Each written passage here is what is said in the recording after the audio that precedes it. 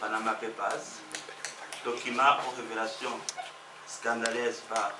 une centaine de journalistes d'investigation et autres chercheurs des organisations panafricaines pour la justice fiscale, qui dévoile comment, à travers le cabinet d'avocats panaméen dénommé Mossack Fonseca, les sociétés offshore et les actionnaires ont évité le paiement des impôts et taxes dans leur pays.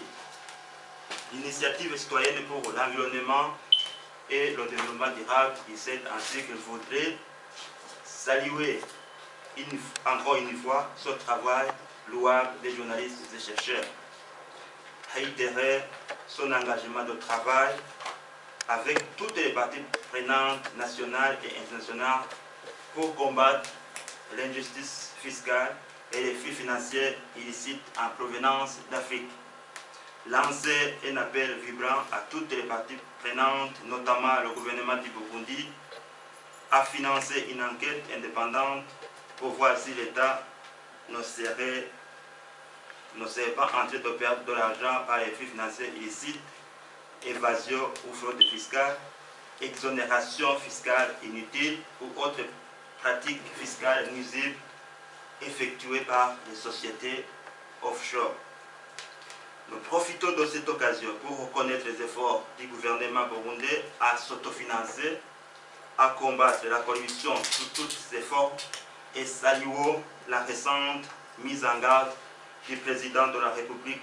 son Excellence Pierre Nkurunziza, à l'endroit des sociétés privées qui éviteraient de payer leur part d'impôts. Nous appelons aussi le gouvernement à soutenir les efforts de certaines associations qui diffusent les messages encourageant l'indépendance fiscale, financière et l'éducation civique fiscale au Burundi. Aux citoyens burundais, organisations de la société civile et journalistes, nous rappelons que seuls les impôts peuvent définir notre souveraineté et indépendance. Nous rappelons aussi que payer les taxes et impôts est une fierté civique et citoyenne. Nous rappelons que seules les taxes et impôts peuvent financer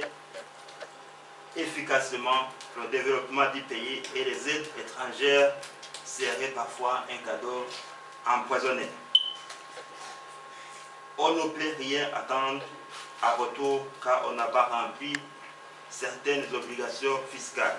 que seule la fiscalité joue un rôle prépondérant dans la définition de certaines libertés, de la liberté d'expression et autres droits fondamentaux. Que c'est par la mobilisation citoyenne que la corruption sera combattue. Enfin, nous appelons l'ONU, ces organismes internationaux et les gouvernements à soutenir la mise en place d'un conseil intergouvernemental pour la fiscalité et à soutenir les efforts des pays, dits pays en développement, pour sortir de la dette odieuse qui handicape leurs économies, ainsi qu'encourager la mobilisation des ressources intérieures pour réaliser les objectifs du développement durable et l'agenda de l'Union africaine 2063. Je vous remercie.